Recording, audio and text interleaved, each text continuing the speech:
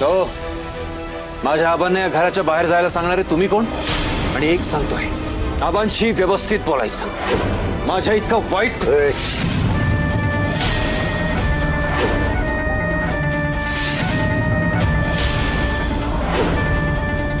आवाज खाली करायचा, नाही तर तुझ्या बापाची लायकी काय ना ती आत्ताच्या आत्ता दाखवेन.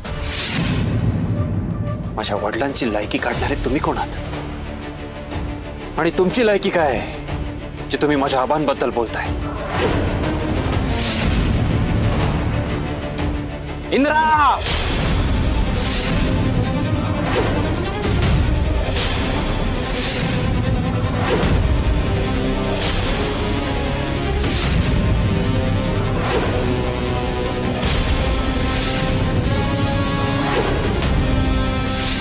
दोन पावलं मागे सरकायचं, नाहीतर दादासाहेबाची दुसरी लात आबाच्या छाताडावर बसेल.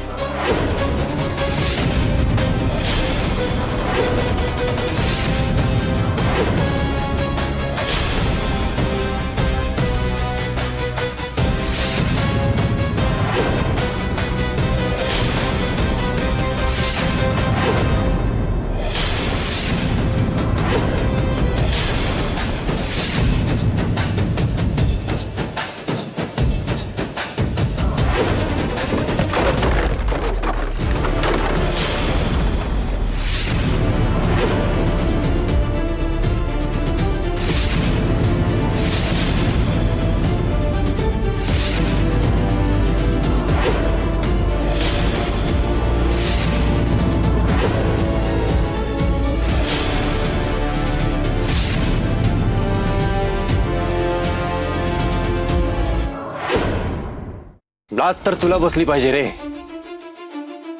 तू जे काही केलंय ते स्वतःच्या तोंडाने बोलायची तरी हिंमत आहे का तुझ्यात? आणि तुम्ही माझ्या आबांशी बोलताना नीट बोलायचं.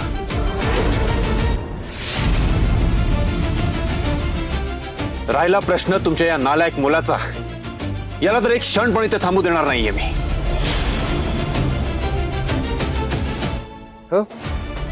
मग कुठे पाठवशील? जिथे गुन्हेगारांची जागा असते, पोलीस लॉकअप. तू मला लॉकअप मध्ये पाठवणार?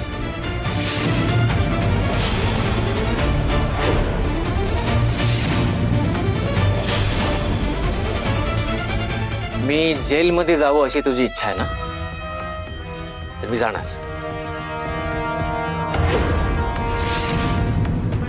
पण मी एकटा नाही जाणार.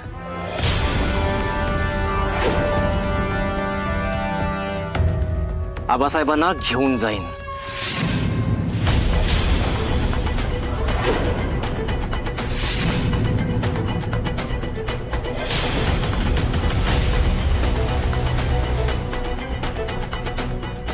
आबांना घेऊन जाणार म्हणजे? हा, आबांनी काय केलंय? सांगतो, सगळं सांगतो.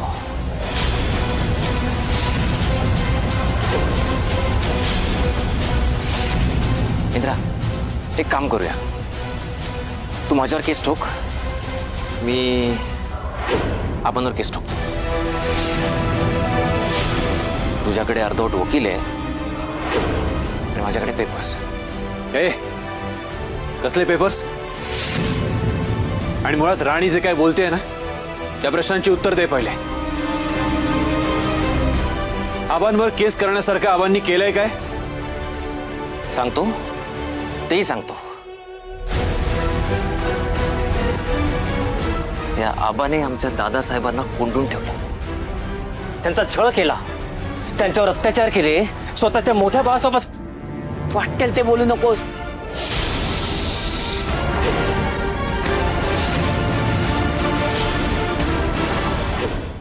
मालती महाडिक खूप बोललात आजवर. आज आम्ही बोलणार.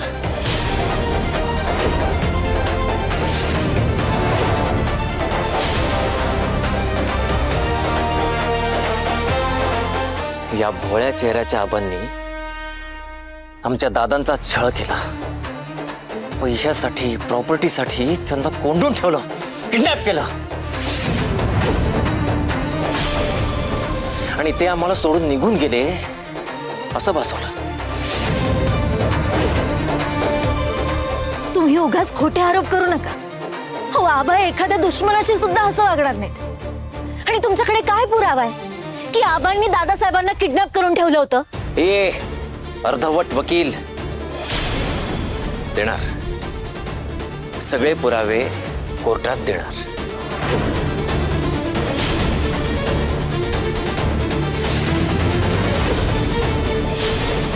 या आबाची सगळी नीच कर्म, सगळी पाप समोर आणणार. नाही याचे कोर्टात कपडे फाडले ना तर नाव नाही लावणार.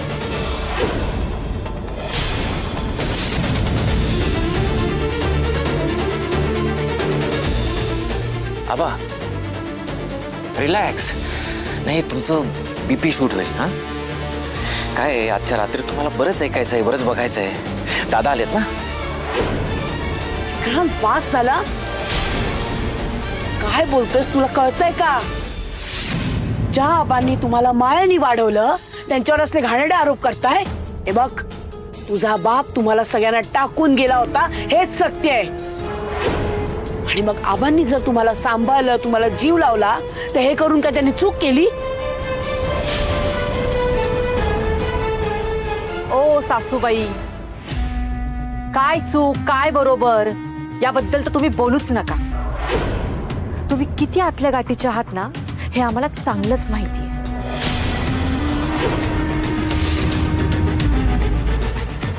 काकी, आबासाहेबांची बाजू घेत आहे. अहो, आजपर्यंत तुम्हीच त्यांना विचारलत ना, तुम्हीच त्यांना जाब विचारलात की असं का वागताय, विचारलात.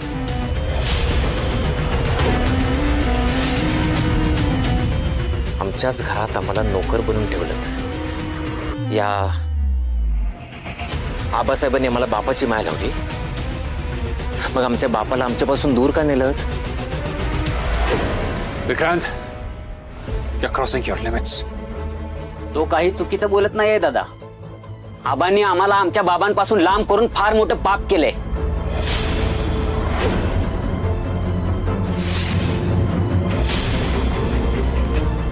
मला तर माझ्या जन्मापासून सांगण्यात आलं माझे बाबा गेलेत. मूर्ख बनून आयुष्य जगायला लावले यांनी मला.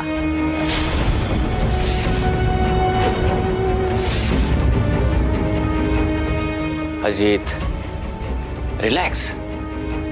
अरे ही माणसं अशीच उलट्या काळजाची येते. आपणच त्यांना ओळखू नाही शकलो. ही मालती महाडिक, तिने तर आपल्या आईला कसलाच सन्मान नाही दिला.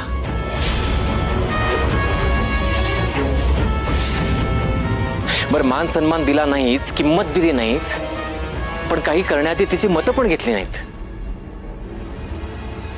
रत्नाबाईनी, काय बोलतोय हा? आणि तुम्ही नुसतं ऐकून कसं काय घेऊ शकता? आम्ही तुम्हाला इतकी वाईट वागणूक कधी दिली, तुम्हीच सांगा.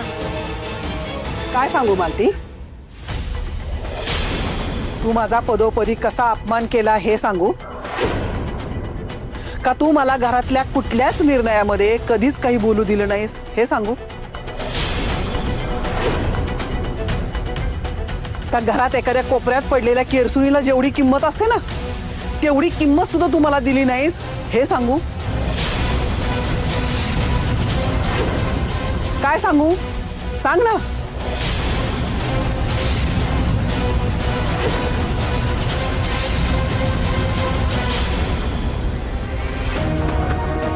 आजवर आबांच्या तोंडाकडे बघून आणि आपल्या कुटुंबाकडे बघून मी सगळं काही सहन करत आले,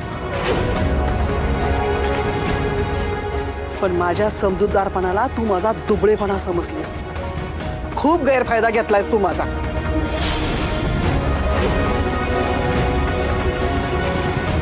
बस झालं आता. आता रडणं बंद करा तुमचं आणि येणार अडवायची तयारी करा.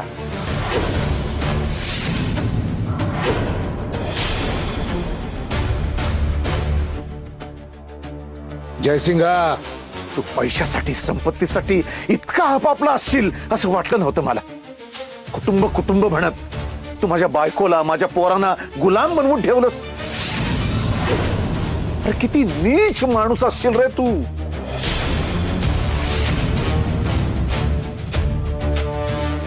आबांसारखा माणूस कुठलंच नातं निभावू शकत नाही. आमच्यापासूनच आमच्या बाबाला वेगळं केलं आबा. आता मला आबा म्हणून हाक मारायची सुद्धा लाज वाटते. मला तर अशा माणसाकडे बघायची इच्छा सुद्धा नाहीये. काय केलं यांनी? सतत सतत माझ्या नवऱ्याला डॉमिनेट करत आलेत. सतत त्याला आरोपीच्या पिंजऱ्यात उभं केले यांनी. हा माणूस आमचा गुन्हेगार आहे. मालती, अगं तू तर फक्त पैशावर प्रेम करण्यासाठीच जन्माला आली आहे ना, असंच वाटतंय मला. बस झालं, खूप बोललात. आमच्या आबांनी तुमच्यासाठी त्यांचं सुख सॅक्रिफाईस केलं आणि आज तुम्हाला त्यांची लाज वाटते. मग मला पण तुमच्यासोबत जे मी नातं जपलं होतं ना एवढे दिवस, त्याची लाज वाटते.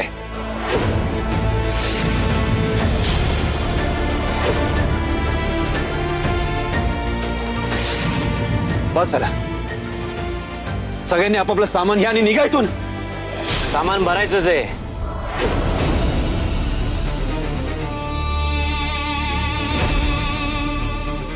पण तुम्हाला अजित,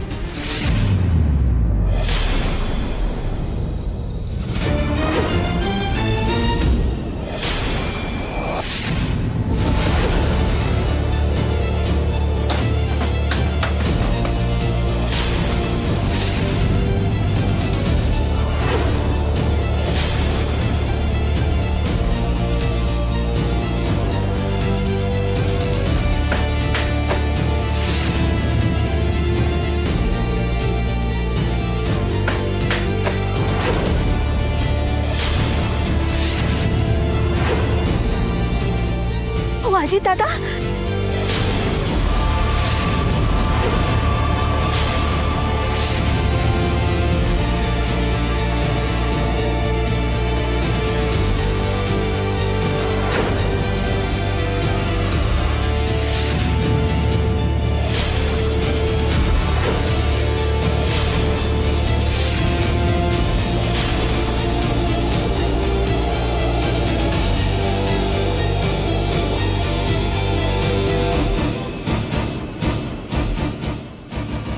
बघितलंस? आता या घराबाहेर तुम्ही जाणार आहात.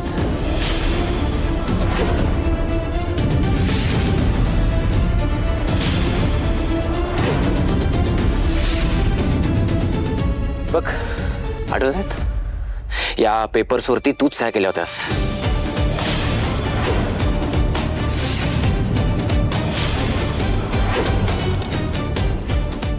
ही सगळी प्रॉपर्टी आहे, घर, तू सगळं माझ्या नावावर केलं इंद्रा.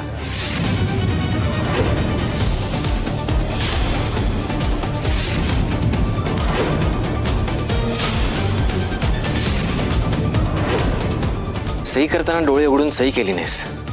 किमान आता तरी बघ, डोळे फाडून बघ. तूच माझ्या नावावर हे घर आणि फॅक्टरी केलेस.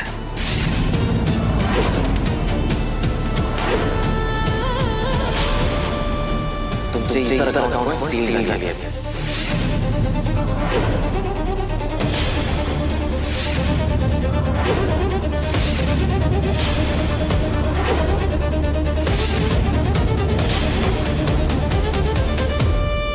या आबांना खूप पैसा कमवायचा होता ना, मिळवला.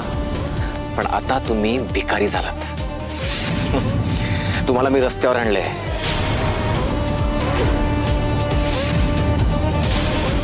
ही प्रॉपर्टी, हे घर, याचा मी मालक आहे.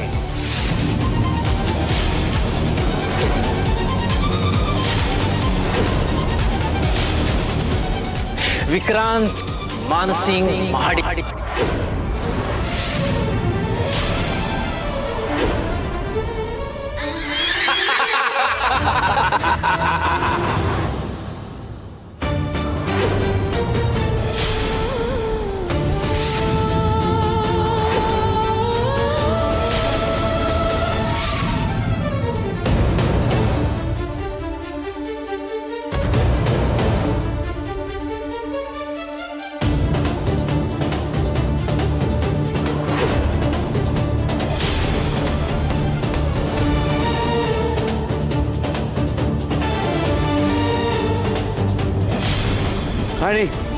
पेपर्स मध्ये काय आहे?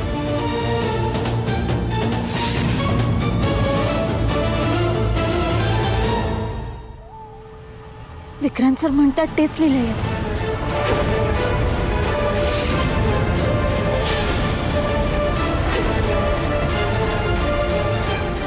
अभाव इंद्रजित सरांच्या सह्या सुद्धा आहेत.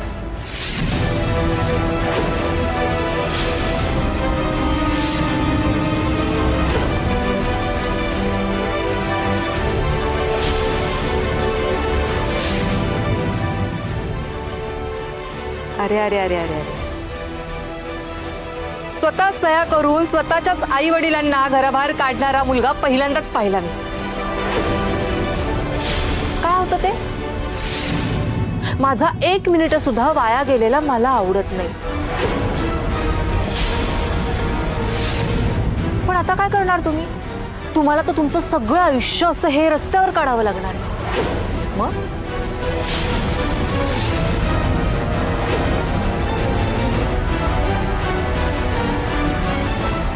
आणि काय बाबा, तुमच्या विश्वासू मुलानं काय केलं?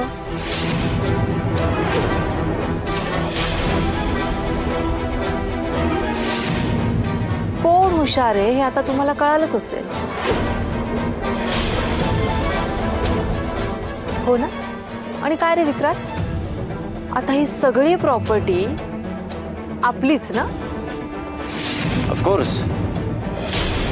मग आता यांना पायपीट करत जावं लागणार.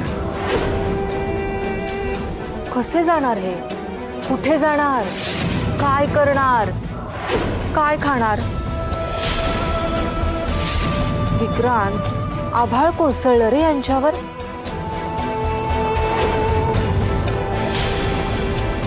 आता एक पैसाही उरला नसेल ना यांच्याकडे. बँकेतलं अकाउंटही ऑपरेट करता येणार नाही. हो, आता यांच्याकडे माज सोडून काहीच शिल्लक नाही.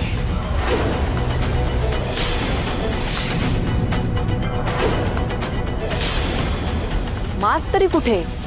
तोही उतरवलाय की आपण यांचा. चेहरे बघ यांचे. आता काय करतील? कुठे जातील? कसे राहतील? बिचारे, किती मोठा आभाळ कोसळले यांच्यावर. फक्त आभाळ कोसळलं नाही उर्मिला, आपण यांच्या बायकांची जमीन सुद्धा सरकवली. इंद्रा, अरे तू अशा कशा सह्या केल्यास? इंद्रा आजपर्यंत सगळ्या गोष्टी नीट बारकाईने करत आलाय. त्याच्याकडनं ही चूक होऊच शकत नाही. इंद्रा, हा सगळा काय प्रकार आहे? मला पण नाही आठवत आहे मी कधी साईन केल्या त्या पेपर्सवर.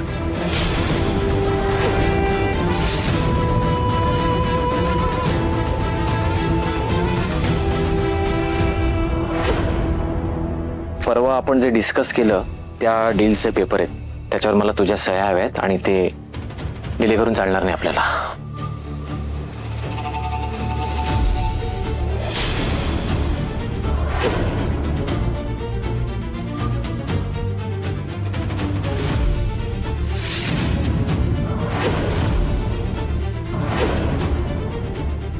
एक मिनिट हा इंदिरा, आता असं नको म्हणूस की मी तुला फसवून तुझ्याकडून सह्या करून घेतल्या. प्लीज हा. करेक्ट, तू फसवूनच सह्या घेतल्यात माझ्याकडनं. आबा याने फसवलंय मला.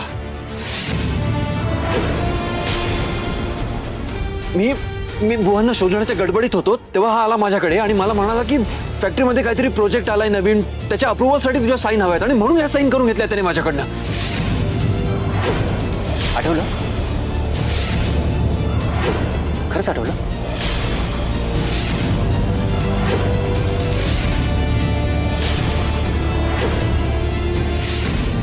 एक गोष्ट खरं सांगू, मला वाटलं होतं तुला हे नाही कळणार आणि तुला जर काय कळलं असतं तर माझा गेम झाला असता. क्रांत, तुला हे सगळं करताना लाज नाही वाटली? ए जया, कुणाची लाज काढतोयस? माझ्या पोराची. अरे माझ्याही जेव्हा तू अशा सह्या घेतल्या ना फसवून आणि संपत्ती नावावर करून घेतली तेव्हा तुला नाही का लाज वाटली? दादा कृपा करू माझ्यावर हे असले घाणेरडे आरोप करू नकोस. तुलाही माहितीये मी असं काही केलं नाहीये. माझ्याकरता कायमच पैशापेक्षा नाती महत्वाची होती. जमीन नुमला पैसा अडका यापेक्षा माझी माणसं महत्वाची होती. आणि आयुष्यभर जपलंय मी, अजूनही जपतोय मी. तुला फसवण्याचा विषय माझ्या मनातही कधी शिवला नाही रे. तुझी शपथ घेऊन सांगतो. ए बस कर तुझ्या त्या खोट्या शब्दा.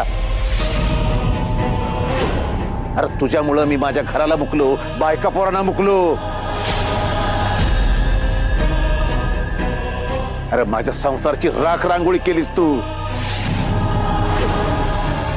दादासाहेब, हो असे आरोप करू नका आबांवर. हो तुम्ही म्हणताय ते तसं वागूच शकत नाहीत. आबा खूप चांगल्या मनाचे. हो फॅक्टरीत कामगारांच्या ताटात जेवणारा माणूस त्याच्या सख्या भावाशी असं कसं वागू शकतो बरं? विक्रांत, अरे ही कोण? अरे हा ही या खेळातली हुकमाची राणी नाही का? काय ना पोरी, तू अजून लहान आहेस. नाही तुझ्या आबाचे खायचे आणि दाखवायचे दात जरा वेगळे आहेत. हा